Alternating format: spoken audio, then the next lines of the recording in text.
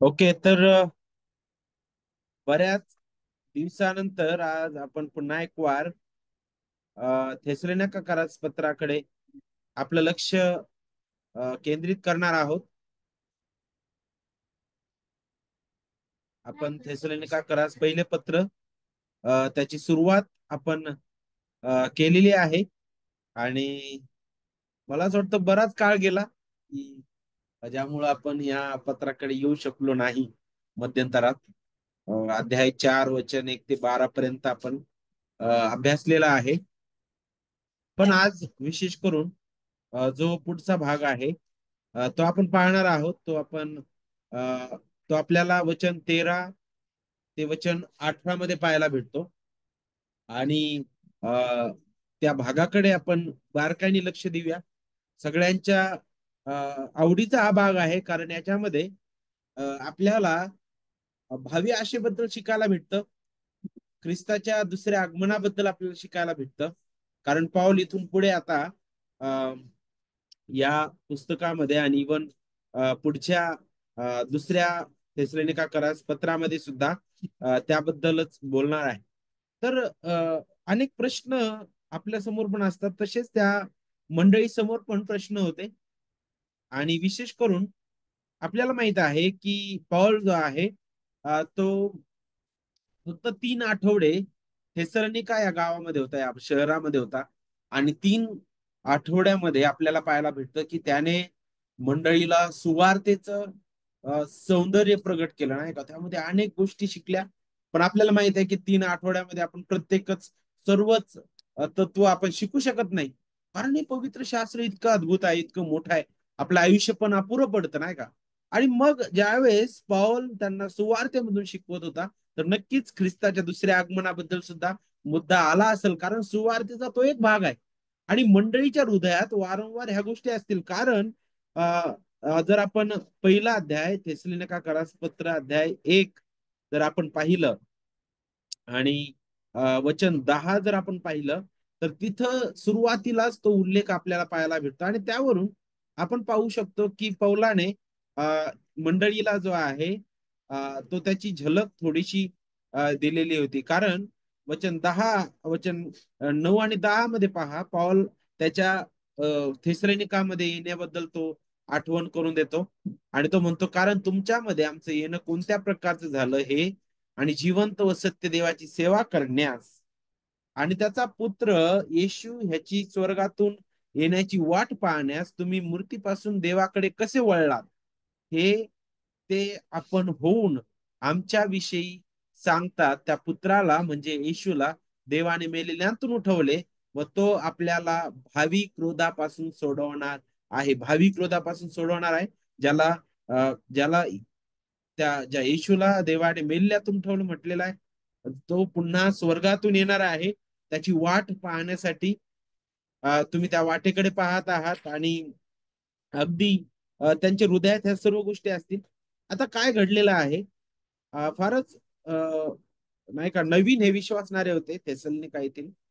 आणि आपल्याला पाहायला भेटतं की नवीन विश्वासणारे असल्या कारणाने त्यांच्यामध्ये पाऊल ज्या प्रकारे इथं बोलत आहे बघा, वचन 13 नुसार, की पहा बंधुजन हो, झोपी गेलेल्या लोकांविषयी तुम्ही अजाण नसावे, अशी आमची इच्छा आहे, यासाठी की ज्यांना आशाच नाही अशा बाकीच्या लोकांसारखा तुम्ही खेद करू नये. आता हे वचन नेहमी आपल्याला कबरेत गेल्यानंतर, कबरेकड अंत्यविधीच्या वेळेस, नाही का, तिथंच आपण त्याच प्रसंगी या वचनावर आपण मनन करतो.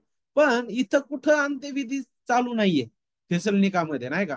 इथं कुठं अशा प्रकारचा प्रसंग नाही की जिथं पाऊल हे घेत आहे.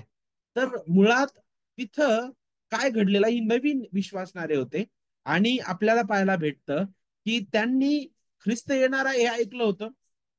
पण त्यांच्यामध्ये त्याच काळामध्ये काही जे मंडळीतील लोक आहेत ते प्रभूमध्ये विसावले होते. काही लोक जे आहेत मंडळीतले प्रभूमध्ये विसावा पावलेले होते. म्हणजेच ते मरण पावले, नाही का. आणि ते प्रभूमध्ये झोपी गेलेले होते.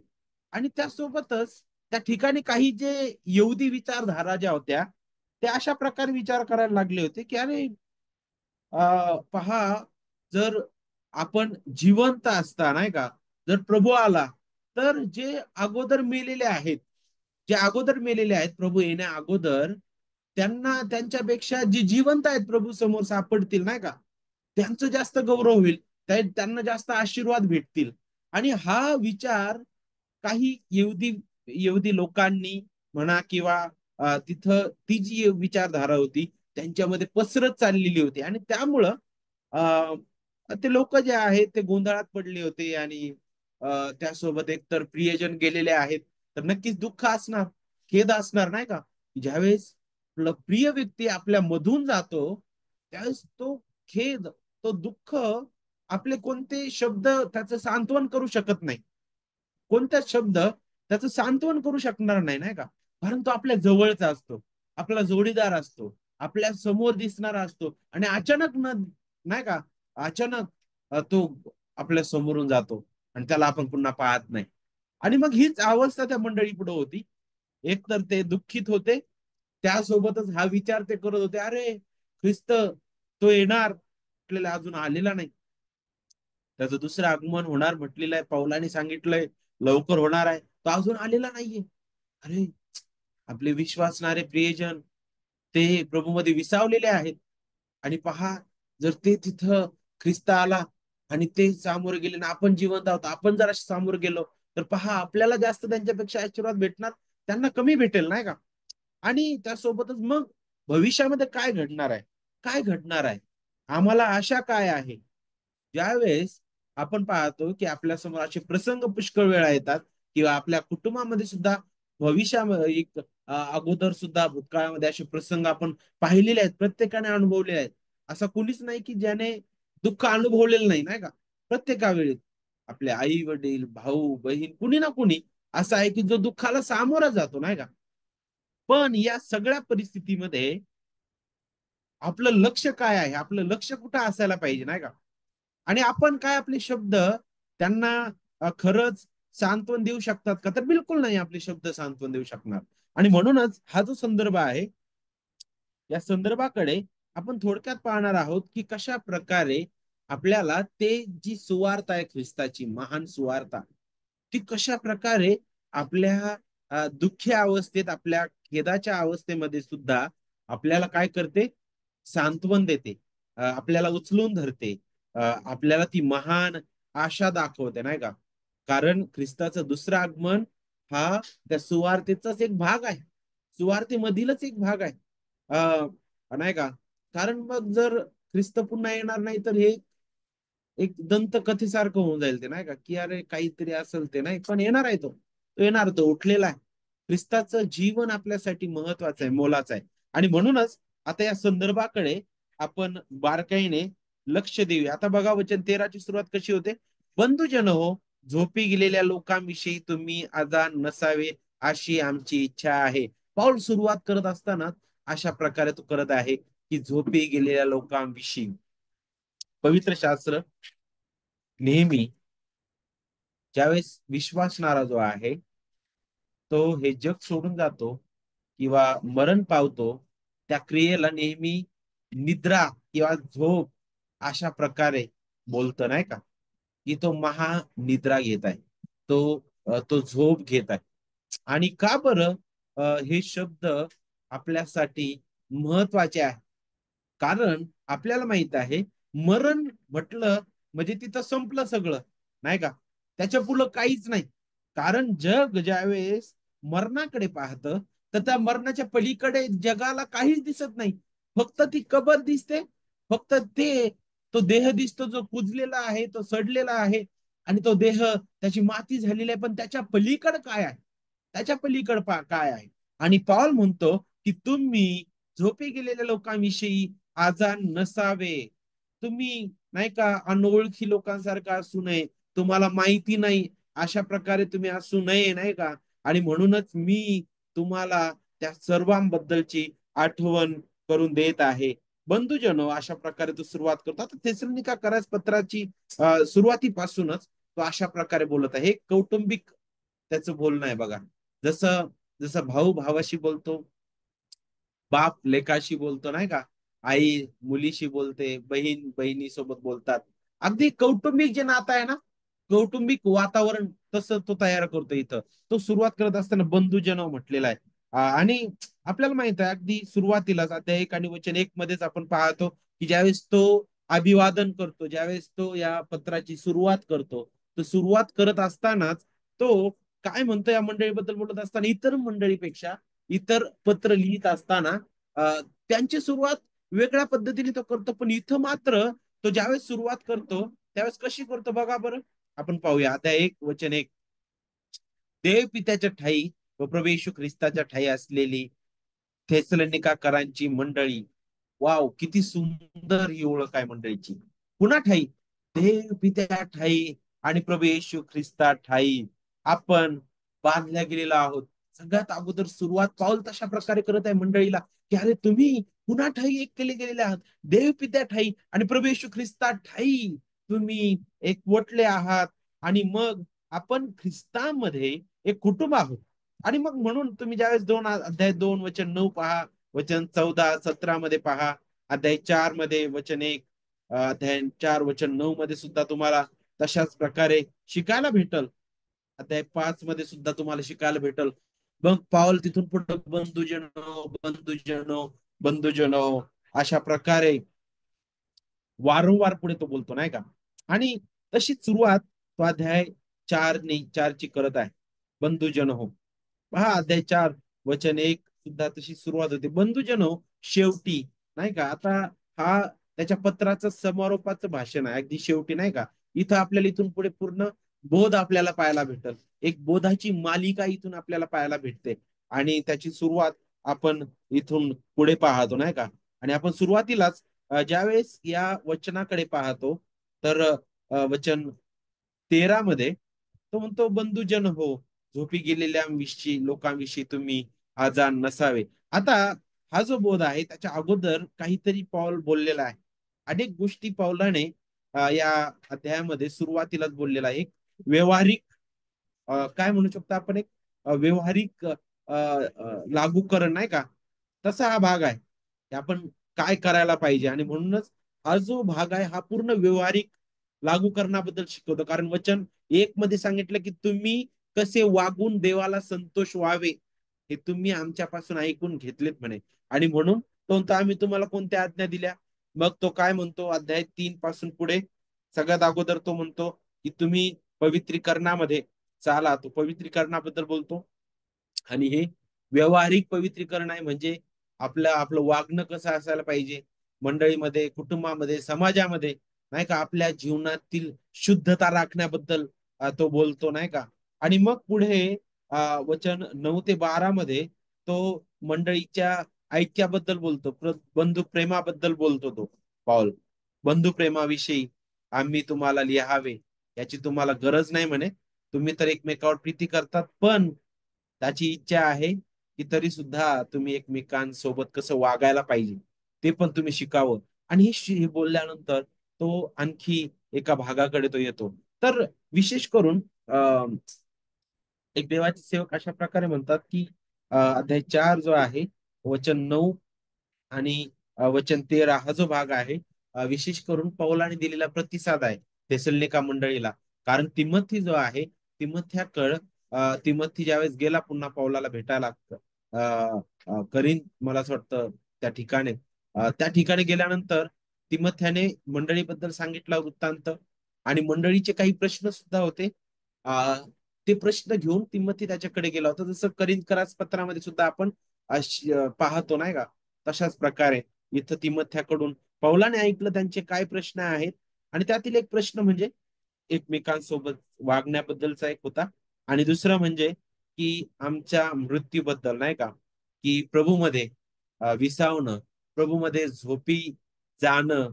आणि खऱ्या रीतीने जी जी विचारधारा तिथे चालू होती, यहुदी लोक ज्या प्रकारे विचार करायचे की अरे जे अगोदर मरण पावलेले आहेत, मी अगोदरही तुम्हाला ते सांगितलेलं आहे की जे प्रभू येशू ख्रिस्ताचे येण्या अगोदर मरण पावले, ते यहुदी लोक शिकवायचे. आणि काही अशी विचार प्रणाली तिथं प्रसिद्ध व्हायला लागली होती की जे अगोदर मरण पावलेले आहेत, त्यांच्यापेक्षा जे त्या काळी ज्यावेळी ख्रिस्त येईल त्यावेळी जिवंत असतील नाही का, ते जास्त त्यांना जास्त आशीर्वाद भेटतील म्हणे.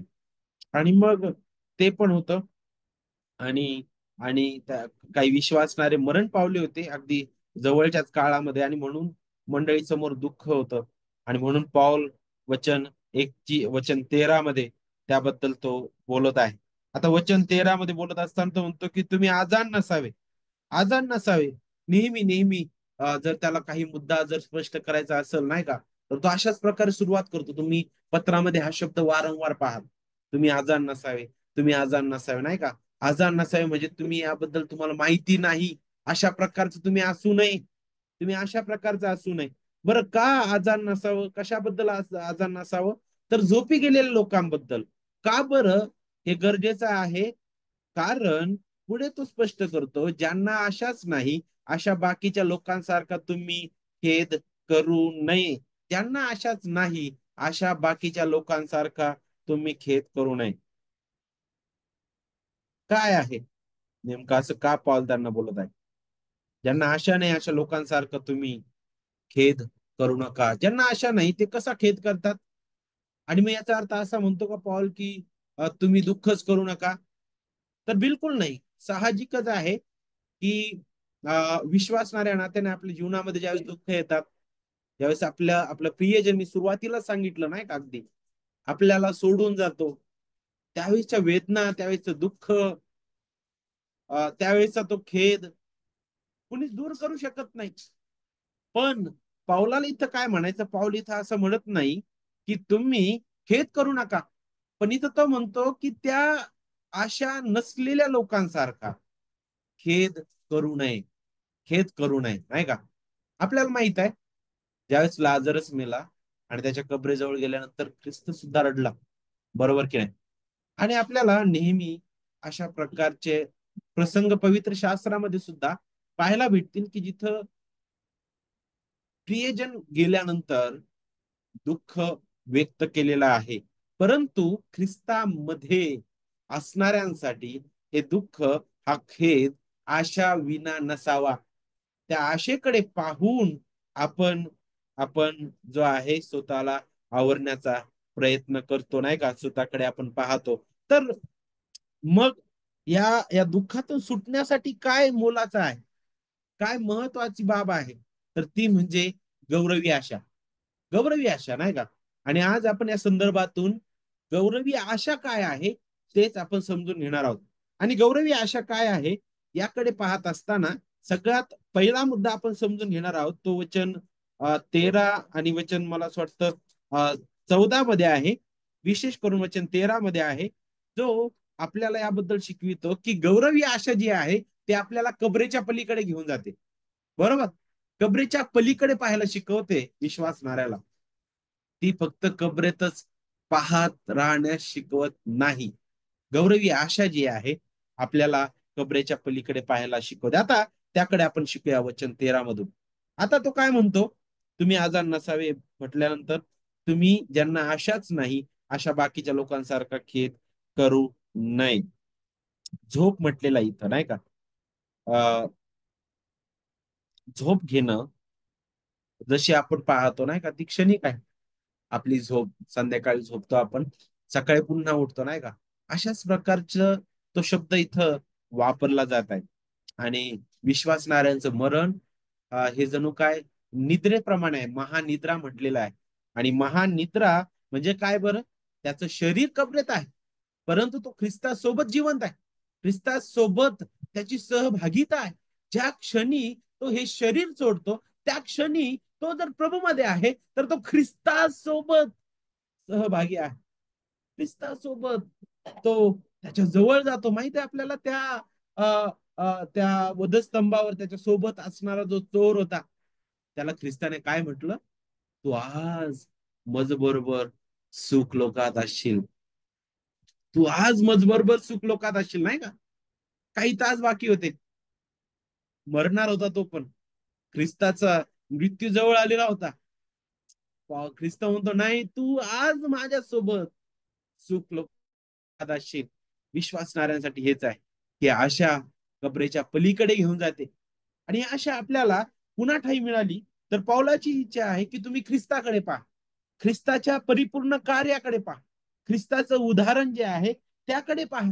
या आशेची खात्री काय आपल्याला, ही खात्री पाऊल म्हणतो मी देत नाही स्वतः. ही खात्री पाऊल म्हणतो की कोणता मोठा व्यक्ती नाही देऊ शकणार, ही खात्री कुणीच नाही देणार. तर त्या खात्रीसाठी तुम्ही इथे पहा. आणि तोच दुसरा मुद्दा आहे वचन 14 मध्ये आपल्याला पाहायला भेटतो, जिथं तो काय म्हणतो, कारण येशू मरण पावला व पुन्हा उठला. असा जर आपला विश्वास आहे, तर त्याप्रमाणे येशूच्या द्वारे जे झोपी गेले आहेत त्यांना देव त्याच्या बरोबर आणील. प्रभूच्या वचनावरून आम्ही हे तुम्हाला सांगतो की प्रभूचे येणे होईपर्यंत जे आपण जिवंत असे उरू, ते आपण झोपी गेलेल्यांच्या आघाडीस जाणारच नाही. ही वचनं फक्त आपल्याला तिथं त्या कबरेच्या जवळ पाहायला भेटतात, नाही का? पण थेसलोनिकामध्ये असा कोणताच प्रसंग नव्हता, मी अगोदरही सांगितलं आपल्याला, नाही का? पण नेहमी विश्वासणाऱ्यांना ही जी आशा आहे त्या आशेकडे पाहणं गरजेचं आहे. काय आहे खात्री आमच्या आशेची? या गौरवी आशेची खात्री आम्हाला कुठून भेटते? कोण आम्हाला ही खात्री देतो? ही खात्री आम्हाला ख्रिस्त देतो. ख्रिस्तामध्ये ही खात्री आहे, नाही का? तुम्हाला माहिती आहे का, ह्याच शब्दावरून जे अ, जे जे जे प्राचीन जे ख्रिस्ती नाही का, सुरुवातीचे जे ख्रिस्ती विश्वासणारे आहेत, त्यांनी त्यांनी सेमेंट्री नाही का हा शब्द दिलेला इंग्लिशमध्ये. काय? सेमेंट्री म्हणजे त्याचा अर्थ काय होतो बरं? वसतिगृह किंवा झोपण्याचं ठिकाण. कशाला? खबरेला. विश्वासणारे ज्या ठिकाणी ज्यांचे शरीर तिथे ठेवले जातात, नाही का? तर मग ज्यावेळेस आपण मरणाबद्दल विचार करतो, तर मरण जे आहे, ख्रिस्तविरहित मरण आणि ख्रिस्तामध्ये मरण याच्यामध्ये काय फरक आहे? ख्रिस्तविरहित मरण त्याच्यामध्ये आणि ख्रिस्तामध्ये मरण याच्यामध्ये काय फरक आहे? जे ख्रिस्तविरहित मरण आहे ते तुम्हाला सार्वकालिक नाशामध्ये घेऊन जाणार आहे, जिथं कुठेच आशा तुम्हाला पाहायला भेटत नाही. पण ख्रिस्तामधील मरण ते मात्र महान आशा घेऊन येणार आहे. कारण हे मरण जे आहे, आता आपल्यासाठी मरण राहिलेलं नाही, तर ही आपल्यासाठी एक निद्रासारखं झालेलं आहे. कारण आपलं जे मरण होतं, पापाचं वेतन, ते मरण ख्रिस्ताने स्वतःवर घेतलेलं आहे. आणि म्हणूनच ज्यावेळेस विश्वासणाऱ्यांच्या मृत्यूबद्दल पवित्र शास्त्र शिकवितं, त्यावेळेस ते नेहमी म्हणतं की ते महानिद्रा घेत आहेत. पण ज्यावेळेस ख्रिस्ताबद्दल बोललं जातं, तर ख्रिस्त मरण पावला म्हटलेलं आहे. ख्रिस्त झोपला म्हटलं नाही. ख्रिस्त महानिद्रा घेताय म्हटलं नाही. कारण ख्रिस्त त्या मरण अवस्थेत जास्त काळ राहिला नाही. तो तुमच्या आणि माझ्या पापांसाठी या भूतलावर आला. तो आमच्या बदली जगला आणि आपलं जे वेतन होतं, जे पापाचं वेतन मरण होतं, ते त्याने स्वतःवर घेतलेलं आहे. बरोबर? त्याने स्वतःवर घेतलेला आहे. तो आपल्यासाठी मरण पावला. आणि मरण त्याला कधीच आपल्या ताब्यात ठेवू शकलेलं नाही. मरणाने कधीच त्याला ताबा मिळू शकला नाही, कारण हा मरणावर धनी करणारा आहे. म्हणूनच करिंथ पत्रामध्ये एक आपल्याला पाहायला भेटतं 15व्या अध्यायामध्ये एक लढाईची भाषा, नाही का, विजयी भाषा आपण पाहतो शेवटी. जिथं काय सांगितलंय, अरे मरणा तुझी नांगी कुठे म्हणे, तुझा विजय कुठे म्हणे. तो मरण, जे मरण आहे ते ख्रिस्ताच्या मरणाने हरलेलं आहे. ख्रिस्ताच्या मरणाने आपण मरणावर विजयी झालेलो आहे. ख्रिस्त पुन्हा उठलेला आहे. आणि ख्रिस्ताच्या पुन्हा उठण्याने आम्ही पुन्हा त्या जीवनात चालत आहोत. म्हणून विश्वासणारा जो आहे मरतो, म्हणजेच काय आहे, तो झोपी जातो. त्याचा देह आपल्याला पाहायला भेटतं कबरेत, तो दिसतो, पण त्याचा आत्मा मात्र ख्रिस्ताकडे जातो. किती अद्भुत हे तत्व आहे देवाच्या प्रियलेकरांनो. म्हणूनच पाऊल जो आहे इतका उतावळा होता. पाऊल काय म्हणतो फिलिपित 1:23 मध्ये, 21 आणि 23 मध्ये, मला तर जगणं हे ख्रिस्त आणि मरण हा लाभ आहे म्हणे. का बरं? कारण मी या देहातून सुटून ख्रिस्ताजवळ जाण्याची मला आस आहे. पण ज्यांना आशाच नाही, त्यांच्यासाठी मरण ही फार भयंकर गोष्ट आहे. मरण त्या न्यायाची वाट दाखवतं. ज्यांना आशा नाही त्यांना त्या वेदनादायक ठिकाणी जावं लागतं, नाही का? देवाने मनुष्याला आत्मा दिलेला आहे. मग तो विश्वासणारा असो की अविश्वासणारा असो. एकदा मनुष्य मरतो, मग तो विश्वासणारा असो की अविश्वासणारा असो, प्रत्येकाला मरणाला सामोरे जावं लागतं. आणि ज्या क्षणी तो मरतो, त्या क्षणी जर तो विश्वासणारा आहे, जर तो प्रभू मध्ये आहे, जर ख्रिस्तामध्ये तो मरण पावलेला आहे, तो विसावा घेतलेला आहे, तो ख्रिस्तासोबत त्या सुखलोकात असतो. पण अविश्वासणारा जो ख्रिस्त विरहित रीतीने जगतो आणि ख्रिस्त विरहित रीतीने मरतो, तो मात्र यातनेच्या ठिकाणी जातो, नाही का? श्रीमंत व्यक्ती आणि दरिद्री लाजाराचं उदाहरण आपल्या समोर आहे. मग यावरून आपल्याला शिकायला भेटतं की मृत्यू हा आपला शेवट नाहीये. तर मृत्यू त्या सार्वकालिक जीवनाची पहिली पायरी आहे. पहिली पायरी आहे. आणि त्या पहिल्या पायरीसाठी खरा विश्वासणारा नेहमी आतुरतेने वाट पाहतो. नेहमी आतुरतेने वाट पाहतो, नाही का? कारण त्याला ती खात्री ख्रिस्तामध्ये मिळालेली आहे. ख्रिस्त मरण पावला आणि पुन्हा उठलेला आहे. ख्रिस्त मेलेल्यातून उठवण्यात आलेला आहे. पहिले करिंथकरास पत्र 15 अध्याय 20 सांगतं. तरी पण ख्रिस्त मेलेल्यातून उठवला गेला आहे. तो महानिद्रा घेणाऱ्यांतले प्रथम फळ आहे. आपल्यासाठी ही का खात्रीची बाब आहे? कारण ख्रिस्त हे प्रथम फळ आहे. ख्रिस्त मेलेल्यातून उठलेला आहे. तो मरणाधीन नाहीये. म्हणून आपल्याला पाहायला भेटतं की शरीर जरी आपल्याला त्या कबरीत पाहायला भेटतं, पण आत्मा ख्रिस्तासोबत आहे. आणि एक वेळ असा येईल की जेव्हा आपण पुन्हा शरीरामध्ये, त्या गौरवी शरीरामध्ये ख्रिस्तासोबत राज्य करणार, त्याबद्दल पुढे तो बोलतो. आता पुढे जाऊन ज्यावेळेस गौरवी आशेबद्दल आपण शिकतो, तर अनेक गोष्टी इथं तो बोलतो. आणि विशेष करून वचन 15 मध्ये आपण येतो पुढे. तर वचन 14 आणि 15 जे आहे, हे ह्याला आपला विश्वास मतांगीकार आपण म्हणतो, नाही का? आपला विश्वास काय मंडळीचा. तर जसं आपण प्रेषितांचा मतांगीकार पाहतो, नाही का, असे वेगवेगळे मतांगीकार आहेत, तर हा बायबल मधील मतांगीकार आहे. हा एक विश्वास मत आहे की जे आपल्याला आपण उभे आहोत की पडलेलो आहोत ते दाखवित. हे विश्वास मत काय आहे? की प्रभू येशू ख्रिस्त मरण पावला व पुन्हा उठलेला आहे. हा आपला विश्वास आहे. आम्ही त्याच्यावर विश्वास ठेवतो. कारण ख्रिस्त विजयी ख्रिस्त आहे. आणि म्हणूनच त्याप्रमाणे जसा तो उठलेला आहे. आता बघा इथं काही जी भाषा वापरली या वचनामध्ये, त्याप्रमाणे येशूच्या द्वारे जे झोपी गेले म्हटलेलं आहे, ते आहेत. त्यांना देव त्याच्या बरोबर आणील. त्यांना देव त्याच्या बरोबर आणील, नाही का? आता झोपे गेलेले त्याच्या बरोबर आणील म्हणजे काय? तर हे ख्रिस्ताच्या पुनरुत्थानाची आठवण करून देतं. ख्रिस्त पुनरुत्थित झालेला आहे, तो मरणाधीन नाहीये.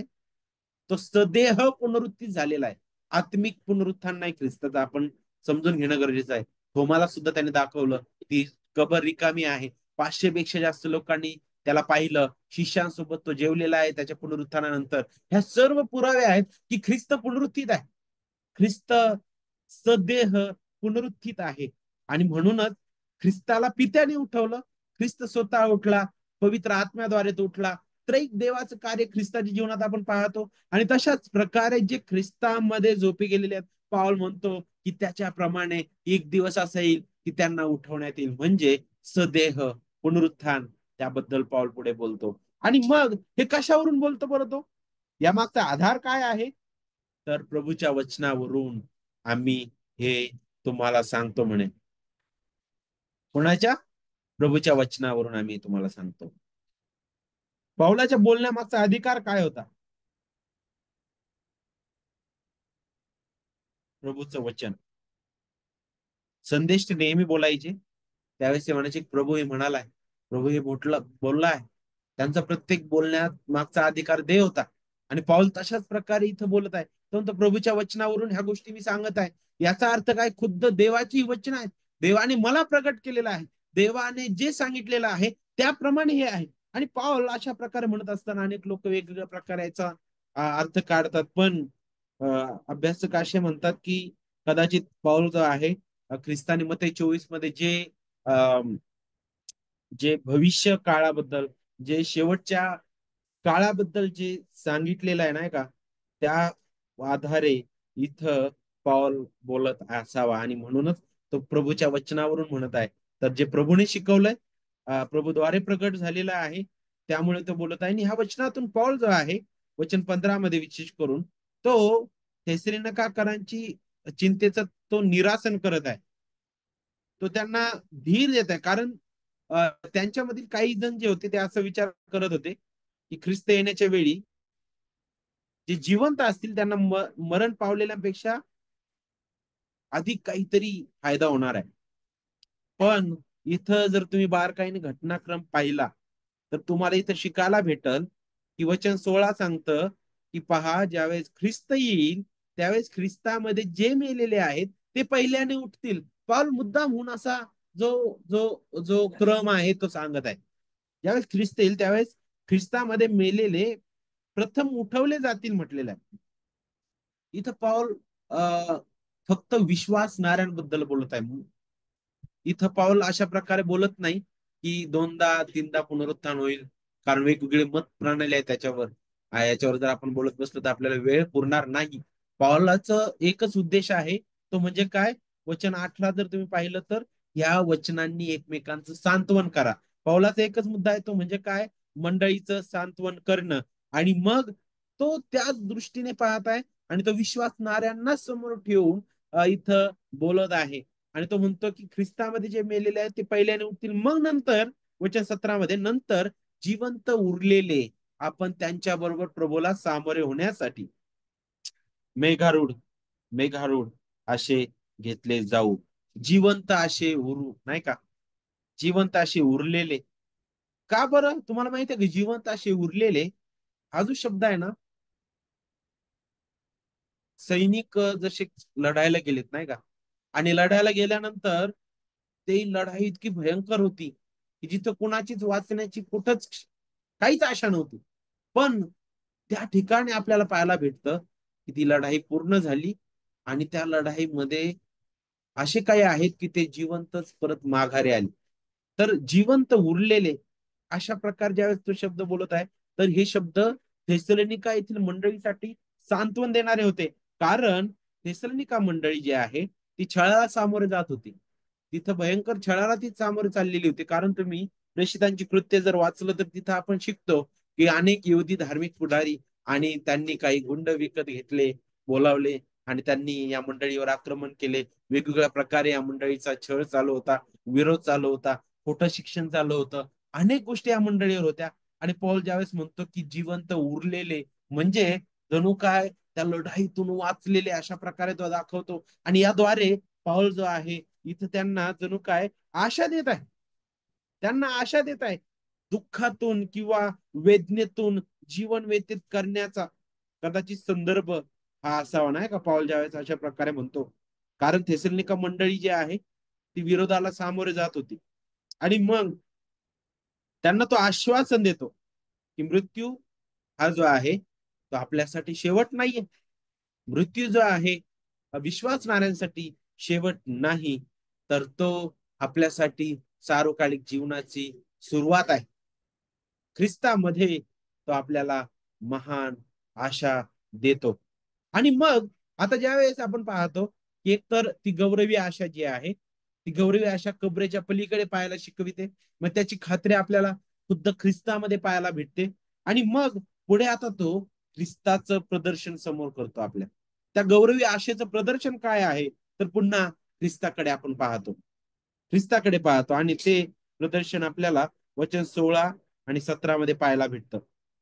जिथं तो म्हणतो, कारण आज्ञा ध्वनी, आद्य दिवी दूताची वाणी व देवाच्या तुतारीचा नाद होत असता प्रभू स्वतः स्वर्गातून उतरेल आणि ख्रिस्तामध्ये जे मेलेले आहेत ते पहिल्याने उठतील. नंतर जिवंत उरलेले आपण त्यांच्याबरोबर प्रभूला सामोरे होण्यासाठी मेघारूढ असे अंतराळात घेतले जाऊ आणि तसेच सदा सर्वदा प्रभू जवळ राहू.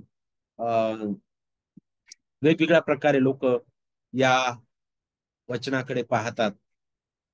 पण आपल्या लक्षात आपण एक ठेवूया की पॉल थेसलोनिका मंडळीला एकाच उद्देशाने या सर्वांची आठवण करून देत आहे. आणि तो म्हणजे काय? त्यांचं सांत्वन व्हावं. त्यांचं सांत्वन व्हावं.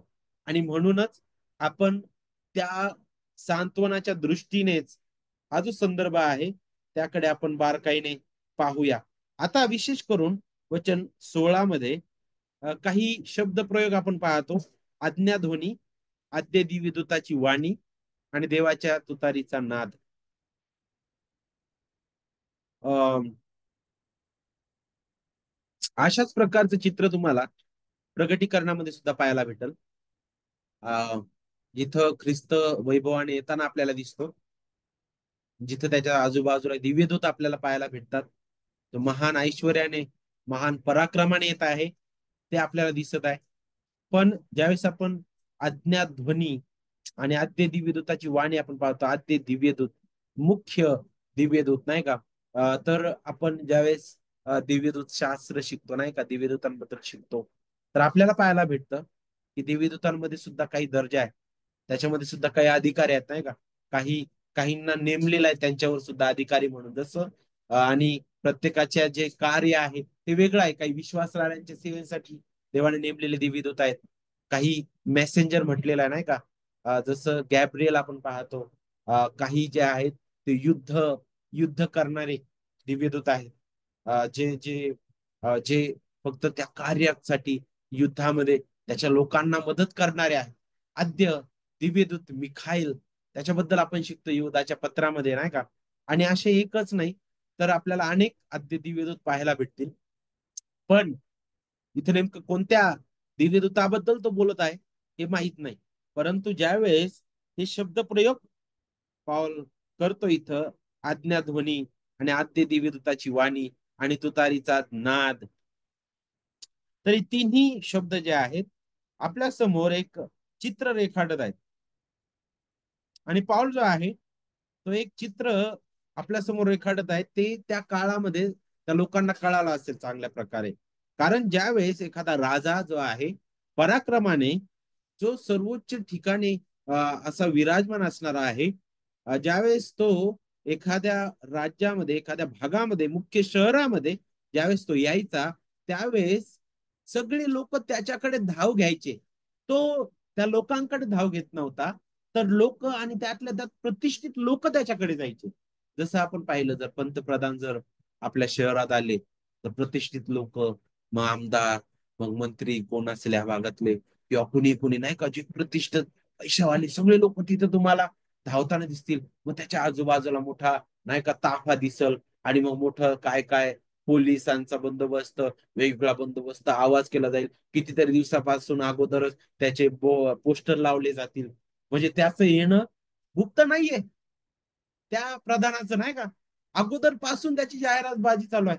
तो ज्या दिवशी येतोय त्या दिवशी पूर्ण सायरन वाजत आहे, आजूबाजूला सगळी गर्दी होत आहे, त्याच्यासाठी रस्ते मोकळे केले जात आहे, सगळं काही होत आहे. तसं चित्र पॉल इथं ख्रिस्ताच्या आगमनाचं प्रगट करत आहे. हे चित्र पॉल इथं दाखवत आहे की ख्रिस्त महान सर्वाधिकारी अशा महान अधिकाराने तो येणार आहे. आज्ञाध्वनी हा जो शब्द आहे आपल्याला ख्रिस्ताचं सार्वभौम अधिकार त्याची आठवण करून देतो, की तो सार्वभौम सर्वाधिकारी देव आहे, ज्याच्या समोर कोणीच टिकाव धरू शकत नाही, जो सर्वोच्च आहे, ज्याच्या शब्दाने हे विश्व निर्माण झालं, जो निर्माण करता आहे आणि जो नष्टही करण्यास समर्थ आहे, जो आपल्या शब्दाने खवळलेला समुद्र थांबवू शकतो, जो आपल्या शब्दाने मृत लाजराला बोलवू शकतो, जो सार्वभौम ख्रिस्त आहे, तो प्रभू. ही आज्ञा कुठून आहे? खुद्द देवीदूताकडून का? हे प्रभूकडून मिळाली आज्ञा ध्वनी. तो ध्वनी जरी तो आद्य दिवदूत जो आहे त्याच्या वाणीतून येत असला, तरी ती आज्ञा, तो ध्वनी आपल्या सार्वभौम प्रभूकडून आहे. आणि पहा, ज्यावेळेस तो राजा सुरुवातीच्या काळामध्ये यायचा त्यावेळेस अशा प्रकारे पूर्ण नाद केला जायचा नाही का? आणि मग पुढे काय सांगितलंय की देवाच्या तुतारीचा नाद होत असता. आता तुतारी त्याचा नाद होत असता, त्याचं महत्व काय आहे, त्याचं मोल काय आहे तुतारीबद्दल विचार करत असताना? जर तुम्ही जुन्या कारणामध्ये बारकाईने पाहिलं, तर प्रभूने काही नियम दिले होते इस्रायल लोकांना. आणि लेवियामध्ये आपण पाहतो की 7व्या वर्षाबद्दल सांगितलंय, बरोबर. त्यानंतर 50व्या वर्षाबद्दल सांगितलंय.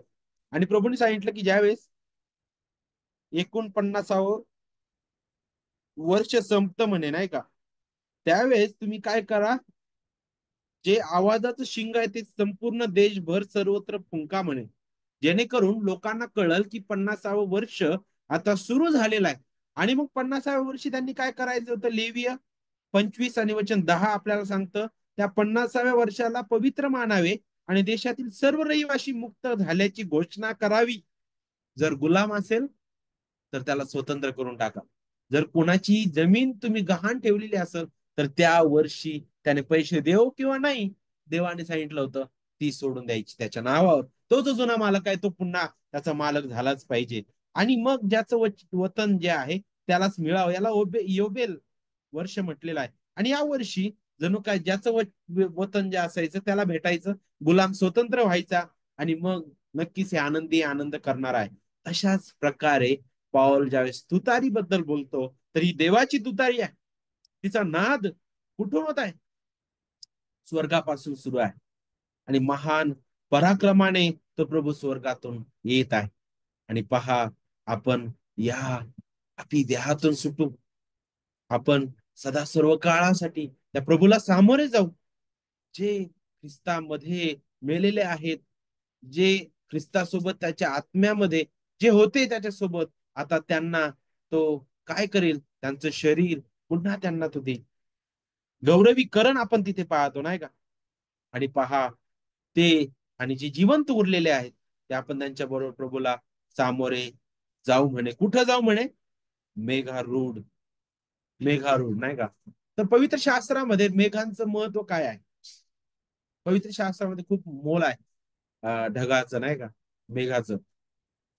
तुम्ही सुरुवातीपासून जर पाहिलं तर आपल्याला माहित आहे की इस्रायल लोक ज्यावेळेस मिस्र देशातून सुटले त्यावेळेस त्यांना कधी मेघस्तंभ होता, दिवसा मेघस्तंभ, रात्री अग्निस्तंभ होता नाही का. तर मेघस्तंभाद्वारे काय दाखवलं जात होतं? देवाची उपस्थिती त्यांच्यासोबत आहे. नंतर निवास मंडप बांधण्यात आला, बरोबर. त्याच्या अगोदर सिनाय पर्वतावर आपण पाहतो त्यावेळी काय झालं, ज्यावेळेस देव तिथं उतरला म्हटलेला आहे अध्याय 19, निर्गम अध्याय 19 वचन 16 मध्ये. तो दिवस उजाडताच गडगडाट झाला व विजा चमकू लागल्या, पर्वतावर दाट ढग जमले आणि शिंगांचा फार मोठ्याने नाद होऊ लागला. काय व्हायला लागला? हे चित्र दिसतंय का इथं? हे चित्र दिसत आहे का? आज्ञा ध्वनी, आद्य देवदूताची वाणी आणि देवाच्या तुतारीचा नाद होत असता वचन 17 मध्ये मेघारूढ अशा अंतराळात घेतले जाणं, हे चित्र दिसत आहे का आपल्याला, जे जुन्या करणामध्ये अगोदर दाखवलेलं आहे? तर होय, ते चित्र आपण पाहत आहोत इथं. आणि पहा, वचन 17 मध्ये मोशेने लोकांना देवाला भेटण्यासाठी छावणीतून बाहेर आणले आणि ते पर्वताच्या पायथ्याशी उभे राहिले म्हणे. सर्व सिनाय पर्वतावर धूर पसरला, कारण परमेश्वर अग्नीतून त्यांच्यावर उतरला. भट्टीच्या धुरासारखा त्याचा धूर वर चढला, पर्वत थरथरू लागला, शिंगांचा आवाज अधिकच वाढू लागला. आणि मग देव तेव्हा मोशे बोलू लागला आणि देव आपल्या वाणीने उत्तर देत होता. पाहिलं, वाणीचा पण शब्द इथं आहे. वाणीबद्दल सुद्धा आपण इथे शिकतो. त्यानंतर निवास मंडपाच्या वेळी सुद्धा त्या मंडपावर मेघाने छाया केली म्हटलेलं आहे. त्यानंतर ख्रिस्ताच्या रूपांतरणाच्या वेळी सुद्धा आपल्याला पाहायला भेटतं तिथं मेघ उतरून आला, ज्यावेळेस पिता बोलत आहे त्यावेळेस नाही का. त्यानंतर आपल्याला पाहायला भेटतं की ख्रिस्ताच्या पुनरुत्थानाच्या वेळी सुद्धा, सॉरी, ख्रिस्ताचं स्वर्गारोहण होत असताना सुद्धा ख्रिस्ताला म्हटलेलं आहे की तो मेघाआड गेला, तो ढगात वर उचलण्यात आलेला आहे. आणि मग दिव्यदूत काय म्हटले, तो जसा वरती उचलण्यात आलेला आहे तसाच तो पुन्हा येणार आहे. आणि मग ही सर्व वचनं ज्यावेळेस आपण वाचतो त्यावेळेस आपले आकाशात उडण्याचे स्वप्न तिथं थांबतात नाही का. आपल्याला इथं मुख्य मुद्दा काय आहे? मुख्य मुद्दा हा आहे की ख्रिस्ताला भेटणं नाही का, ख्रिस्तासोबत सहभागिता होणं. आणि इथं ज्यावेळेस आपण पाहतो, ज्यावेळेस इथं बोललं जात आहे नाही का, तर म्हणजे काय म्हटलेलं आहे इथं बरं, की तुम्ही, तो ख्रिस्त पुन्हा येणार आहे. तर वचन 16 आणि 17 नुसार त्या गौरवी आशेचं प्रदर्शन आपण पाहतो. किती महान ती आशा आहे, किती महान आहे. तो प्रभू महान वैभवाने येत आहे, तो प्रभू महान वैभवाने येणार आहे. आणि पहा, तो सेनाधीश परमेश्वर आहे, जे आद्य देवदूत ते सुद्धा त्याच्या सोबत, त्याच्या माग त्याची सेवा करण्यासाठी येत आहे. इतका सर्वोच्च महान पराक्रमी तो देव आहे. आणि देवाच्या तुतारीचा नाद होत आहे. तो पराक्रमी राजा आहे, सार्वभौम देव आहे, आणि तो स्वर्गातून येत आहे. ख्रिस्तामध्ये जे मेलेले आहेत पहिल्याने उठवले जातील, आणि मग जिवंत उरलेले आपण त्यांच्याबरोबर प्रभूला सामोरे जाणार आहोत. मुख्य मुद्दा हाच आहे. की आपण पाऊल म्हणतो, तुम्ही म्हणता ना की अरे ते अगोदर जे मरण पावले त्यांच्यापेक्षा आम्ही जर जिवंत असू ख्रिस्ताच्या येण्यावेळी तर आम्हाला अधिक आशीर्वाद भेटत पाहू नाही. पहा इथं अगोदर त्यांना उठवण्यात येईल म्हणे आणि मग आपण सगळे मिळून त्याला भेटायला जाऊ म्हणे, नाही का, ख्रिस्ताला. तर मग आपण सर्वजण त्या सहभागितेचा, त्या आनंदाचा, त्या आशीर्वादाचा एकत्र सहवारीस सहवाटेकरी आपण असणार आहोत. आणि मग पुढं काय सांगितलं वचन 17 मध्ये? सदा सर्वदा प्रभू जवळ राहू. सदा सर्वदा प्रभू जवळ राहू. किती ही महान आशा, किती महान आशा. म्हणून पाऊल म्हणतो की तुम्ही त्या ते जे लोक आहेत परराष्ट्रीय त्यांच्यासारखे आशा नसलेल्या लोकांसारखा खेद करू नये. तुम्हाला दुःख होईल, तुम्हाला खेद होईल, पण तुमच्याकडे महान आशा आहे. तुमच्याकडे महान आशा आहे. कारण या मृत्यूनंतरही तुमच्यासाठी जीवन ठेवलेलं आहे आणि त्याच्यासाठी तुम्ही जगत आहे. आणि मग याच संदर्भामध्ये शेवटी येत असताना पाऊल पुढील प्रमाणे लागूकरण देतो. आणि ते लागूकरण दोन प्रकारे आहे बघा. वचन 14 मध्ये पहिलं लागूकरण तो देतो आणि ते अशा प्रकारे आहे, कारण येशू मरण पावला व पुन्हा उठला असा जर आपला विश्वास आहे तर त्याप्रमाणे येशूच्या द्वारे जे झोपे गेले आहेत त्यांना देव त्याच्या बरोबर आणील. पहिलं लागूकरण काय बरं? जग म्हणतं आमच्याकडे आशाच नाहीये, मेलेल्यांबद्दल आम्ही काय सांगणार? अरे आम्हाला माहित आहे चांगला होता, मेला, बस. इथं शब्द संपतात जगाचे. पुढं काय आम्हाला माहित नाही, कुठं असेल तो आम्हाला काहीच माहित नाही. पण विश्वासणाऱ्यांसाठी फार अद्भुत लागूकरण आहे वचन 14चं. की पहा, ख्रिस्त तुमच्या समोर आहे. आपल्याकडे आशा आहे, ती आशा ख्रिस्तामध्ये आहे. आपल्या प्रियजनांबद्दल आपल्याला नक्कीच खेद होईल, दुःख होईल. ती पोकळी आपण आपल्या स्वतःच्या बळाने कधी भरू शकणार नाही. परंतु ख्रिस्त ती महान आशा. ख्रिस्त महान प्रभू आहे. तो ते आपली पोकळी भरतो. तो आपल्याला स्थिर करतो. तो आपल्याला उभं करतो. तो आपल्याला आपल्याला राखतो. अशी घटना मी पाहिली आमच्या गावाकडे. एक नर्स बाई, तिचा एकुलता एक मुलगा होता. पैसा सर्व काही तिच्याकडे होतं. त्या मुलाच्या लग्नाबद्दल ती विचार करत होती. त्या मुलाचं वय 25-30 असं असावं. आणि अचानक त्याला पोटात काहीतरी त्रास व्हायला लागला आणि 1-2 तासानंतर तो मरण पावला. एकुलता एक मुलगा होता, काहीच नाही. आणि मग त्या बाईची अवस्था आम्ही ज्यावेळेस जाऊन भेटलो, ती फार दुःखित खेदित होती, फार खेदात होती. आपले शब्द अशा लोकांसाठी कधीच कधीच आशा देणार नाहीत, नाही? काय आशा देणार आपण आपल्या शब्दाने? काय बोलणार आपण? पण ज्यावेळी आपण ख्रिस्ताकडे पाहतो आणि ख्रिस्ताची सुवार्ता, तिचं सौंदर्य आपण त्यांच्यासमोर दाखवतो. पहा, ती सुवार्ता आहे जी आपल्याला आशा देते. आपला दृष्टिकोन, आपला जगण्याचा विचार बदलते, नाही का? आणि तेच पाऊल इथं करत आहे. वचन 14 मध्ये तो ख्रिस्ताकडे घेऊन जातो. ख्रिस्ताकडे घेऊन जातो, नाही का? वचन 17 मध्ये तो आणखी एक लागूकरण देतो आपल्याला. पहिले लागूकरण म्हणजे आपल्याला आशा आहे, नाही का? आणि दुसरं लागूकरण म्हणजे काय? की वचन 17 नंतर जिवंत उरलेले आपण काय करू म्हणे? त्यांच्या बरोबर प्रभूला सामोरे होण्यासाठी मेघारूढ असे अंतराळ घेतले जाऊ आणि तसे सदा सर्वदा प्रभू जवळ राहू. हे दुःख देखील आपल्या जीवनात पवित्रीकरणाचं कार्य घडून आणतं. हे ख्रिस्तावरील आशेने आहे. ख्रिस्त गौरवाने येणार आहे. आणि केवळ हेच सांत्वन नाही, तर पहा, आपला शरीर आणि आत्मा ख्रिस्तामध्ये आपल्याला पाहायला भेटते. ख्रिस्त आपल्याला जो देह त्या कबरेत कुजलेला होता पुन्हा त्याच देहात आपल्याला उठवेल. आपल्याला गौरवी शरीर तो देईल. त्या शरीरामध्ये दुःख नसणार, त्रास नसणार, क्लेश नसणार, वेदना नसणार, कशाची चिंता नसणार. तिथं केवळ ख्रिस्त, ख्रिस्त आणि केवळ ख्रिस्त असणार.